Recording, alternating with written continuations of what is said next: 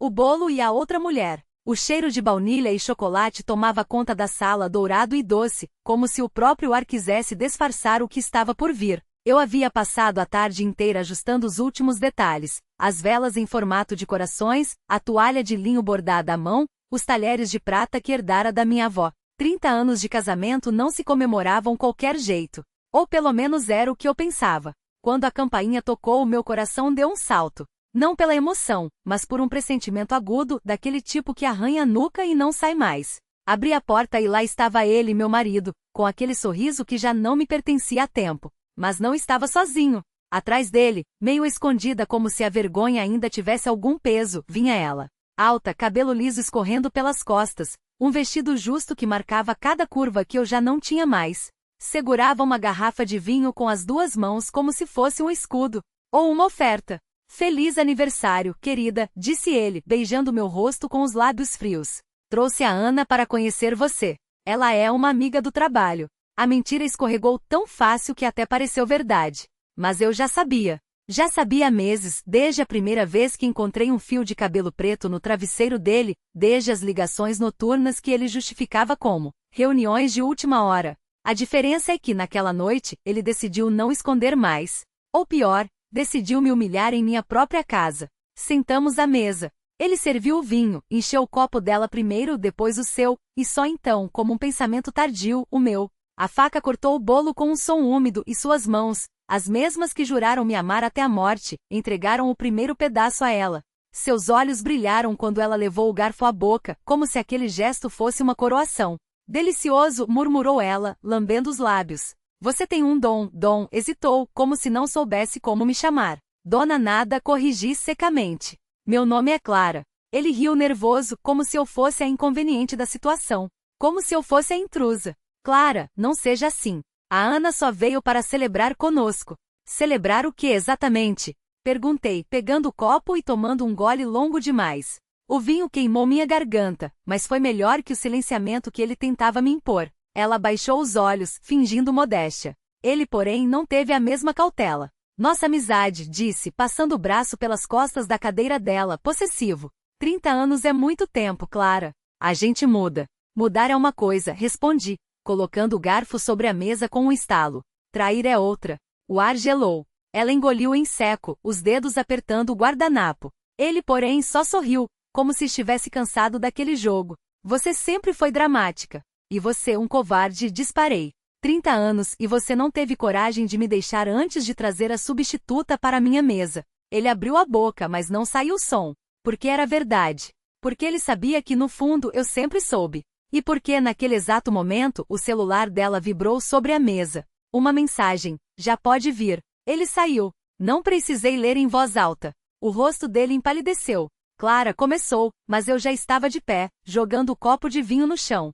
O líquido escuro se espalhou como sangue sobre o tapete persa que compramos na lua de mel. Saia, ordenei. Os dois. Ele não discutiu. Não implorou. Só pegou a garrafa pela metade, segurou a mão dela e saiu sem olhar para trás. A porta bateu com um estrondo que ecoou pela casa vazia. Fiquei ali, no meio dos pratos sujos e das velas ainda acesas, ouvindo o motor do carro dele ligar e se afastar. Não chorei. Não gritei. Só apaguei as luzes, uma a uma, até que só restasse a chama trêmula das velas, refletindo no anel de casamento que ainda usava. Na manhã seguinte, seu armário estava vazio.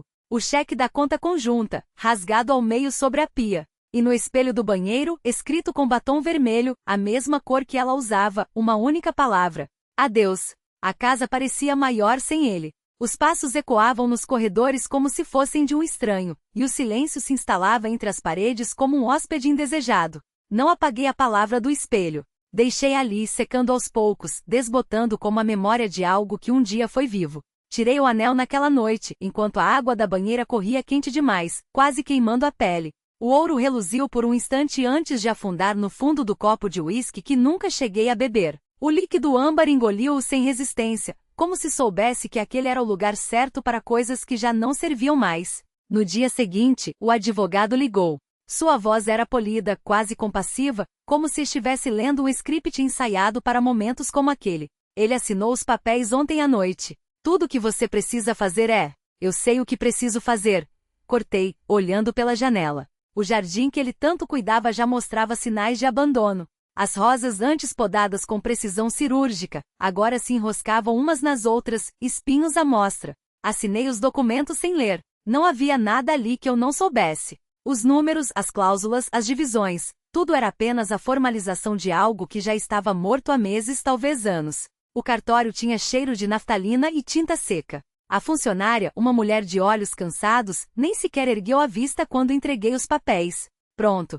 Ela disse, carimbando com um gesto mecânico. Agora é só esperar a sentença. Saí sem responder. O sol batia forte na calçada, e por um instante fechei os olhos, deixando que o calor queimasse as pálpebras. Quando as abri, vi-o do outro lado da rua.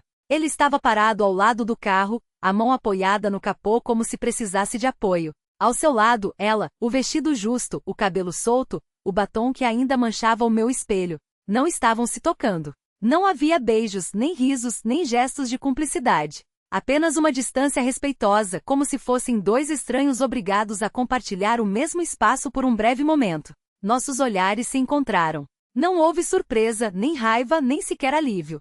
Só um reconhecimento mútuo de que aquilo, qualquer que fosse aquilo, havia terminado de vez. Ele entrou no carro. O motor rugiu, e eles se afastaram sem pressa, como se soubessem que eu não o seguiria. Voltei para casa a pé. Não havia pressa. Não havia nada esperando por mim além das quatro paredes e do eco dos meus próprios passos. Quando cheguei, a palavra no espelho já estava quase apagada. Passei o dedo sobre as letras, e o batom se desfez em pó vermelho, sujando a ponta dos dedos.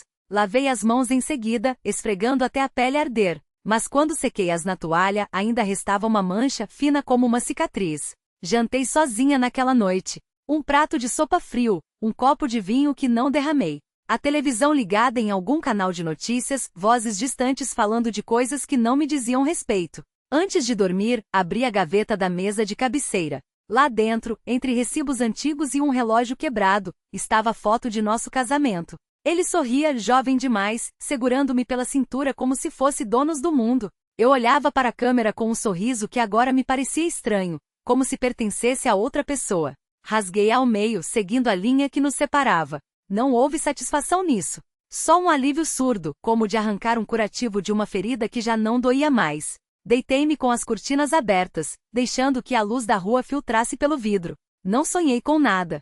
Não sonhei com ninguém. E quando o sol nasceu no dia seguinte, eu ainda estava ali, sozinha, inteira. Pela primeira vez em muito tempo, finalmente livre.